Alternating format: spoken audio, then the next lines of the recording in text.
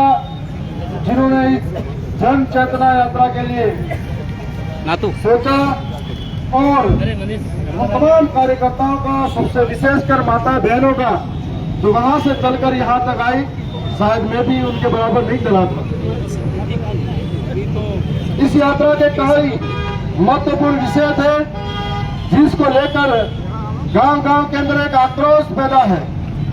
इस यात्रा के महत्वपूर्ण बिंदु के अंदर पहला बिंदु ये था कि राज्य प्रशासनिक सेवाओं के अंदर 6.5% प्रत्येक आरक्षण की व्यवस्था अनुसूचित क्षेत्र के नौजवानों को मिलना चाहिए। और पूर्व में भी हमने पूरे संभाग के अंदर जब आरक्षण महारैली निकाली थी तब भी यह विषय रखा था। उसके बाद में हमारी एक महत्वपूर्ण मांग है कि सारी भर्तियों के अंदर जो न्यूनतम उत्तीर्ण अंक लागू कर रखा है, और न्यूनतम उत्तीर्ण अंक इस टीएसपी क्षेत्र के लोगों के लिए बाध्यता हटाई जाए। आपकी जानकारी के लिए बता दूं कि पिछली बार जब सत्र चला था राजस्थान की सर्वोच्च महापंचायत के अंदर, आपका भाई इन बेरोजगारों की पीड़ा समझते हुए राजस्थान की सरकार के सामने भी इन मांगों को लेके गया था। सरकारें अनदेखा कर सकती है, वो हमारे लिए बहरी गूंगी हो सकती है, लेकिन आपका भाई बहरा नहीं है, गूंगा नहीं है। जब तक न्याय नहीं मिलेगा लड़ता रहेगा सड़क से सड़क तक। इन मांगों के माध्यम से मुझे मालूम था कि नौजवानों की पीड़ा क्या है। आज राज्य प्रशासनिक सेवाओं के अंदर 12% आरक्षण राजस्थान के अंदर है, लेकिन मेरा भाई यहाँ से सुबह उठता है, अपने घर का काम करता है, और उसके बाद में फीस छुटाने के लिए पास के गांव में मजदूरी करेगा, या फिर अपना भाई कोई कोचिंग के जाने से पहले अहमदाबाद या गुजरात में जाकर पैसा जुटाएगा, उसके बाद में महंगी कोचिंग तक जाएगा। और एक भाई ऐसा भी होगा जिसको इस परिस्थिति का सामना करना नहीं पड़ता हो। हमारे पास टैलेंट की कमी नहीं है, बल्कि हमारा जीवन शैली संघर्ष भरी है। हमारे यहाँ पर जो आदिवासी है पहले से कई समस्या से जूझ रहा है। यदि उनके लिए प्रत्यक्ष आरक्षण की व्यवस्था होती है तो हमारे कई नौजवान आरएस अधिकारी बनेंगे, तहसीलदार बनेगा, कई अधिकारी अच्छी पोस्टों पर जाएगा, और इस क्षेत्र की भाषा को समझने वाला होगा, इस इलाके के रीति रिवाज को समझने वाला होगा, इस इलाके के लोगों के दुख दर्द को समझने वाला होगा, तो बेहतर तरीके से काम करेगा। कई अफसर बाहर से आते हैं, हमारे लोगों को समझ नहीं पाते हैं, इसलिए वो हमारे लोगों पर अत्याचार करते हैं। दूसरी बात मैं यह भी कहना चाहूंगा, हमारी तीसरी महत्वपूर्ण मांग थी कि हमारे यहाँ के बांधों का पानी हमको मिलना चाहिए। मैं भी ये कहता हूँ कि राजस्थान के अंदर रहने वाला हर इंसान प्यास से नहीं मरे, सबको पानी मिलना चाहिए। मैं इस बात का समर्थन करता हूँ, लेकिन इस बात का विरोध करता हूँ कि आज आजादी के बाद में जो आदिवासी उन बांधों से विस्थापित हुआ अपनी पहचान के लिए लड़ रहा है। मेरी विधानसभा के अंदर भी कई ऐसे आदिवासी है जो माई से विस्थापित हुए, कटौना से विस्थापित हुए, और आज भी उनको विशेष मूल निवास प्रमाण पत्र नहीं मिला है, आज भी जमीनी मालिकाना हक नहीं मिला है। सवाल यह उठता है कि क्या जिन्होंने घर छोड़े, जिन्होंने जमीन छोड़ी, क्या उनको पानी पर पला होना चाहिए या नहीं होना चाहिए? हमारी मांग ये है तो सरकार इसको समझे और सुने कि जाखम का पानी आप राजस्थान के किसी कोने में ले जाने से पहले टमाटर के आसपास के इलाके में जो लोग रह रहे हैं उनको पानी मिलना चाहिए। माई कडाना के आसपास के जो विस्थापित लोग हैं, आप गुजरात को पानी पिला रहे हो, लेकिन माई कडाना के किनारे पर बैठा व्यक्ति पैसा मर रहा है। अन्नार, तलाट, पिपलकोट और प्रतापगढ़, बांसवाड़ा, डूंगरपुर और अलग अलग हिस्सों के अंदर पानी मिलना चाहिए। आपने सुना होगा कि हमारे एक महान चौपड़ी के टीआरडी मंत्री है, उनके इलाके में एक बांध बनने जा रहा है। 3 बार उन लोगों को भर भर के माउंट आबू के पीछे जमीन दिखाने लेके गए।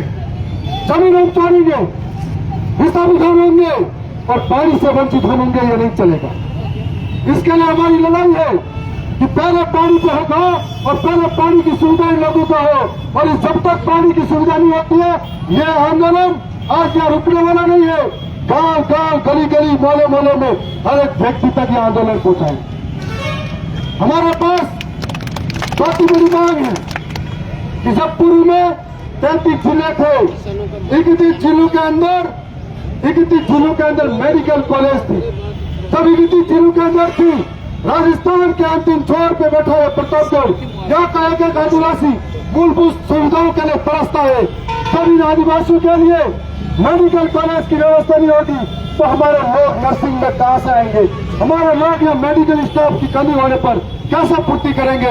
यदि हमारे पास मेडिकल कॉलेज होता तो कई नौजवानों को झुंझुनू सीकर जोधपुर जाने की आवश्यकता नहीं पड़ती। हमारी चौथी मांग, आज की तारीख में बारिश होने के बाद में फसल खराबा हो गया। जब हमें पता है कई बार मानसून का सत्र बुलाया गया था राजस्थान की विधानसभा के अंदर, हर एक किसान तख्त की निगाहों से माननीय भजनलाल सरकार की तरफ देख रहा था कि इस बार हमारा ऋण माफ होगा, फसलों पर बीमा होगा और फसलों पे हमको और ये जो बचती हुई है हमारी फसल नष्ट हुई है उसका मुआवजा मिलेगा। और इस उम्मीद के साथ में मैं भी राजस्थान की विधानसभा के अंदर गया था, क्योंकि मैं किसान का बेटा हूँ। एक एक दर्द को देखा है जब खेत की पाली पर बैठा किसान अपने अन्न उगाने के लिए कई आंखों में सपने लेके बोता है और इस बीज के साथ में अपने माँ बाप को सुरक्षित रखने का सपना बोता है। इस बीज के साथ में अपने बच्चों की अच्छी पढ़ाई के लिए सपने बुनता है। इस बीज के बोने के साथ में जब फसल खड़ी होगी, अच्छा दाम मिलेगा तो मेरे बेटे बेटी की शादी होगी, ये फसल ये सपने बोता है। जब फसलें नष्ट हो जाती है तो उसको मालूम पड़ता है कि यहाँ का किसान बीज के लिए कई बार मजदूरी करके पैसा जुटाता है। यहाँ का किसान खाद बीज के लिए घंटों लाइन में लगता है, उसके बाद में बच्चे की तरह इस फसल को बड़ा करता है। जब वो नष्ट हो जाती है और सरकार अनदेखा करती है तो बड़े किसान खोट के आंसू रोता है और इस तरीके से किसानों के साथ में बड़ा जालिम जुर्म होता है। मैं आज सरकार के सामने भी हमने अपनी मांगे रखी हैं, सड़क पे भी हम लड़ रहे हैं। आपसे भी कहना चाहेंगे कि सरकारों को, चाहे मैं हो या कोई भी हो, हम जीत गए तो 5 साल हमारे हैं और एक दिन आपका होता है। वो एक दिन कौन सा है वो तय कर लो तो सरकारें घुटनों पे आने पर तैयार हो जाए, इसलिए हमको सोचना पड़ेगा। और आज मेरे को कई भाई बता रहे थे कि प्रतापगढ़ जिला हमारा जिला चिकित्सालय है। पूर्व में नंदलाल जी मीणा मंत्री थे तो हमें बेहतर लगता था। जब राजस्व मंत्री हेमंत जी बने, हमें लगा कि हमारे जिले को मंत्री मिला है, बहुत सारे काम आसान हो जाएंगे, जमीनों से विस्थापित होना कम पड़ जाएगा। लेकिन नीटों के नाम पर जमीनें लूटी जा रही है, कानूनों से बनाए जा रहे हैं जो सरकार के हाथों से खिसकते जा रहे हैं और उद्योगपति के हाथों में रिको जैसी कंपनियां दी जा रही। और इसके बाद में हमें लगा कि राजस्व मंत्री है, बहुत सारे लोगों को, आदिवासियों को जमीनों का हक मिलेगा। लेकिन मंत्री जी ने अपने रिश्तेदारों को ऐसी ऐसी जगह सेटल कर रखा है कि तू भी लूट खा, मैं भी लूट खाता हूँ, थोड़ा थोड़ा मुझे दे, इस तरीके से। मैंने विधानसभा के अंदर एक बार कहा था कि जहां पर ये मेडिकल की दुकानें हैं, जहां पर मिलावटी दुकानें हैं, जहां पर जांच होनी चाहिए, और यहाँ के CMHO साहब 5 किलो बादाम लिया है, 5 किलो काजू लिया है और उनके सैंपल ले, हम सोच सकते हैं कि किस तरीके से सैंपल लिए जा रहे हैं।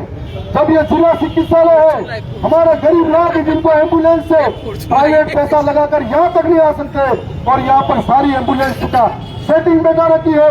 यहाँ से पेशेंट जाएगा उदयपुर की कनक हॉस्पिटल में भर्ती होगा, यहाँ से पेशेंट जाएगा फलानी हॉस्पिटल में भर्ती होगा। मैंने वहाँ के CMHO साहब उदयपुर से भी जब बात की थी, यहाँ के अनजान लोग हैं, वहाँ आ जाते हैं, मुसीबत में होता है तो कहीं न कहीं जाना ही पड़ता है, और ऐसे में उनसे लाखों रुपये वसूले जाते हैं, उनकी जिंदगी से भी खिलवाड़ होता है। जब ये जिला चिकित्सालय है, यहाँ के पूर्व में भी जो नेता थे वो भी कहते हमने बहुत कुछ किया, अभी के वर्तमान में मंत्री हैं ये भी कहते बहुत कुछ किया, यहाँ के सांसद है वो कहते हमारी डबल इंजन की सरकार है। अब पता करो धुआं किधर से निकाल रही है। और ये नेता धर्म की राजनीति करते हैं, दौड़ के दरियावत में आते हैं, लेकिन खुद की लोकसभा में हालत बुरे है।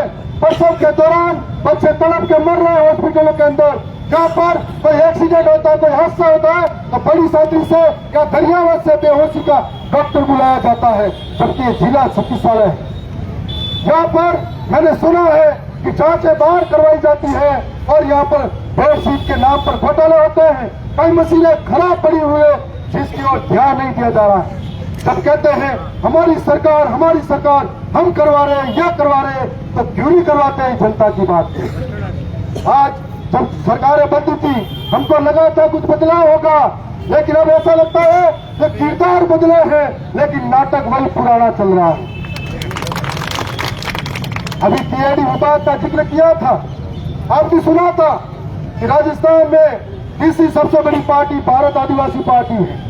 हमने जब भी विधानसभा का सत्र चला है तब तक मांगों को रखी है, तब तक हमने सरकारों के सामने टीआईडी का भ्रष्टाचार खोला है। आपने देखा होगा इस बार प्रश्नकाल के दौरान पूर्व के टीआईडी मंत्री ने वर्तमान टीआईडी मंत्री से एक सवाल किया था कि हमारे इलाके में कितना पैसा खर्च हुआ और कितना पैसा अभी तक दिए चुके हो। उनका जवाब क्या था? 211 लाख रुपए। कितना होता है? 2 करोड़ 11 लाख रुपए। और घोषणा कितनी की थी? 1500 करोड़। और दूसरी बार कितनी हुई थी? 1750 करोड़। आज टीआईडी विभाग के नाम पर बाहर से अधिकारी आ रहे हैं, उन्होंने बंटाधार कर दिया है, हमारे गरीबों को चूस के खा गए। हॉस्टलों के अंदर, सिरोही के अंदर से घटना सामने आई, अखबारों की तस्वीरें बयां कर रही है कि हॉस्टल के खाना खाने के बाद 6 बच्चे बीमार हो गए, एक बच्चा गंभीर घायल अवस्था में चला गया। अब हमारी मौतों पर भी राजनीति होने लगी। लोगों को धर्म जाति पर राजनीति करने का शौक है, लेकिन गरीबों के मुद्दे भूल गए। शिक्षा, स्वास्थ्य, रोजगार के नाम पर वोट चाहिए था। और आज आप सब यहाँ पे सड़कों पर बैठे हो, कितना पैदल चल कर आए हो। तो जब चल कर आए हैं, जो तकलीफ आपने देखी है, आगामी पंचायती राज का चुनाव आ रहा है, ठान लेना कि नेताओं को भी ऐसे ऐसे गलियों में चलाना है। मैं भी नेता हूँ, आपके साथ सारी गलियां पार कर जाऊंगा। हमें याद रखना पड़ेगा कि जब चुनाव आएगा वो लोग धर्म की बात करेंगे, आप लोग शिक्षा पे अड़े रहना। जब चुनाव आएगा वो लोग दारू मटन की बात करेंगे, आप लोग किसान के हक की बात पर अड़े रहना। वो लोग चुनाव आएगा तब आपको बांटने की बात करेंगे हिंदू मुस्लिम में, आप लोग हमारे आने वाले कल के भविष्य की चिंता को लेकर अड़े रहना।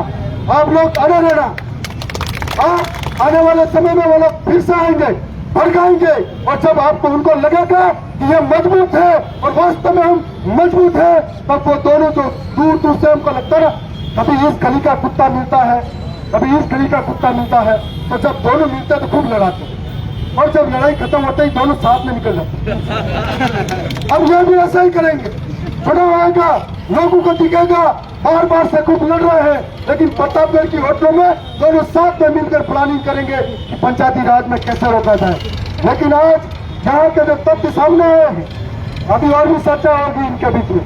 इनका कहना है ये यात्रा सिर्फ सांकेतिक डंडा था, सांकेतिक यात्रा थी।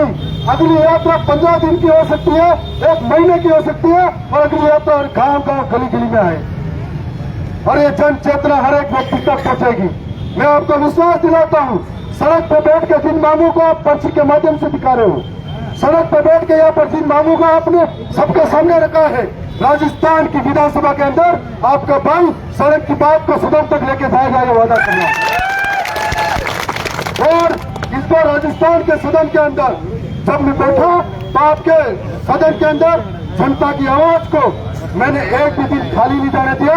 एक भी दिन अगर मैं बैठा हूं और दिन में मेरा 2 बार नाम नहीं आया तो मैं सदन से बाहर बैठा। आगे भी आने वाले समय में आपने मुझ पर भरोसा किया है, क्योंकि आपको लगता है कि आपके नेता बेरे हैं, आपके नेता गुंगे हैं, बोल नहीं सकते हैं, आपके नेता लड़ नहीं सकते हैं। मेरे पे भरोसा किया है, मैं आपके भरोसे पे खड़ा उतरूंगा, ये बात दिला रहा हूं आपको।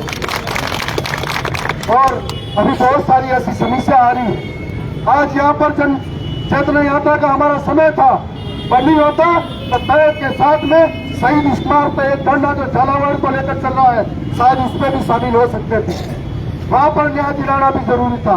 आज जगह जगह पर आदिवासियों के साथ जो अत्याचार हो रहा है, आपको समझना पड़ेगा। वो हमको धर्म पे लड़ा रहे हैं, लेकिन धर्म ऐसे धर्म के अंदर जहां पर हमको नीचा दिखाया जाता हो, ऐसे धर्म के अंदर हमको लड़वा रहे हैं जहां पर हमारे साथ न्याय नहीं होता हो। ऐसे धर्म के अंदर लड़वा रहे जहाँ पर यदि स्कूल की छत गिर जाए या किसी के साथ बलात्कार होता है या फिर कोई और मामला होता है, हम सड़कों पर लड़ते रह जाएंगे लेकिन हमको न्याय नहीं मिलेगा। और दूसरी ओर जो धर्म पर लड़वाने का काम कर रहे हैं, यदि उनके साथ में कोई गलत हादसा हो, घटना हो, तो सबसे पहले सरकारें उनको मुआवजा देना तय करती है। तो सोचना पड़ेगा, जो लोग हमको गालियां देते हैं, समझना पड़ेगा आज ही के दिन में एक रैली और निकली थी। अब उस रैली को समझना पड़ेगा, एक दिल्ली में बैठे हैं और एक प्रतापगढ़ में बैठे हैं, बराबर फाकल जिला। इसलिए आपको समझना पड़ेगा, आज की इस यात्रा के अंदर शामिल हुए तमाम पत्रकार बंधुओं जो निष्पक्षता के साथ में हमारी खबरों को जन जन तक पहुंचाएंगे, उनका आभार करते हैं। पुलिस प्रशासन जो बहुत दिनों बाद में पैदल मार्च करके यहाँ तक आए हैं, उनका भी बहुत बहुत धन्यवाद करते हैं। तमाम वॉलंटियर, तमाम साथियों ने जो इस कार्यक्रम को बेहतरीन बनाया, उनका धन्यवाद करते हैं। सबसे बड़ी बात यह है, ये दिलेर लोग जो अपने पैसों से अपने दम पर यहाँ तक आए हैं, और कुछ लोग ऐसे थे जो जिन्होंने गांव गांव में गाड़ियां लगाई तब जाके कुछ लोग आ पाए। तो आज आने वाले समय में फिर से शुभकामना देते हैं, गांव गांव में इस यात्रा को लेकर जाएंगे। अभी जो साथी यहाँ पर बैठे हैं, शांति से अपने अपने घर जाना है हमको। तो मैं पुनः बहुत बहुत धन्यवाद जोहार करता हूँ।